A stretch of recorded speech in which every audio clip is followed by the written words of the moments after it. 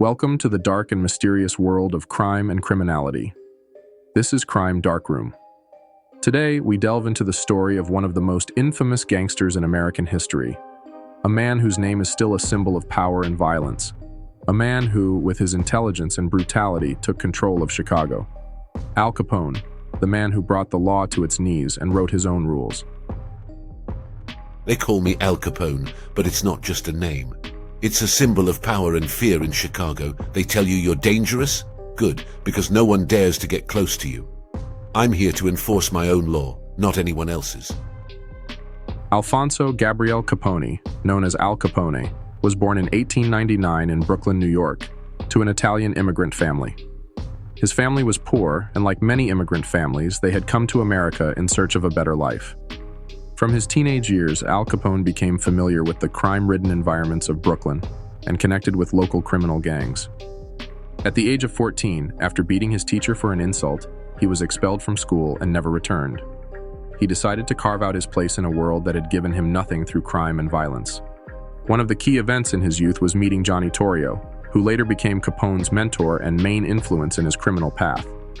Torrio, himself a prominent gangster in Chicago, took Capone with him to the city, marking the beginning of Al Capone's entry into the noisy world of the mafia. In Chicago, Capone quickly established himself as a powerful and feared figure. He used ruthless and calculated methods to take control of the city. By bribing police officers, judges, and even high-ranking officials, he built an extensive network of support for himself. Capone's rise to power began during the Prohibition era in the United States, when the government made the sale and distribution of alcohol illegal. Taking advantage of this situation, Capone became the largest bootlegger and alcohol distributor in Chicago. His profits from this illicit business reached millions of dollars. He once said, "If people want to drink, I'm not going to stop them. They just have to do business with me." He not only made his fortune through alcohol sales, but also by running casinos, brothels, and even organizing robberies, becoming one of the wealthiest and most influential criminal figures in Chicago. At the same time, Capone tried to present a positive image of himself. He donated to charities, fed the poor, and portrayed himself as a man of the people. During the Great Depression, Capone provided free meals to the unemployed and the hungry, which made him popular among many poor people, with some even seeing him as a kind of hero. However, behind this seemingly benevolent facade was a ruthless and cold-hearted man who would stop at nothing to maintain his power and wealth. One of the unforgettable events of Capone's era was the St. Valentines Day Massacre. In 1929, the rivalry between Capone and other gangster groups reached its peak. Capone decided to further solidify his power by eliminating his main enemies. Capone's armed men, dressed as police officers, raided a location where members of the Bugs Moran gang, Capone's main rivals, were present. They pretended to be there for a search, but suddenly drew their guns and shot 7 members of Moran's gang. This incident, known as the St. Valentine's Day Massacre, displayed a terrifying image of Capone's ruthlessness. If you're still watching and find these stories intriguing, make sure to like the video and subscribe to the Crimedarkroom channel so you'll be notified when new videos are released. This dark and mysterious world is just getting started, so stay tuned with us. Ultimately, Capone's reign over Chicago came to an end.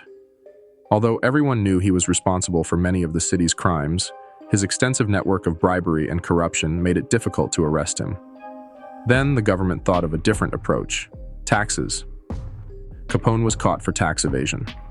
In 1931, he was convicted of tax evasion and sentenced to 11 years in prison. After all these years, authorities were finally able to trap him through tax records, and this marked the end of his reign over Chicago. Capone's life in Alcatraz prison, a facility designed for the most dangerous criminals, was marked by illness and the decline of his mental health. His syphilis had progressed, and he gradually suffered from dementia. Ultimately, after being released on parole, he returned to Miami, and with no trace of the power and pride he once had, he passed away in 1947. This was the story of the rise and fall of Al Capone, a man who became a symbol of crime, corruption, and lawlessness in Chicago, but ultimately fell to the hand of justice. He may be one of the most famous gangsters in history, but his life serves as a reminder that no power lasts forever. If you want to hear more from the dark and criminal world of gangsters and the mafia, make sure to follow the Crimedarkroom channel. More stories are waiting for you,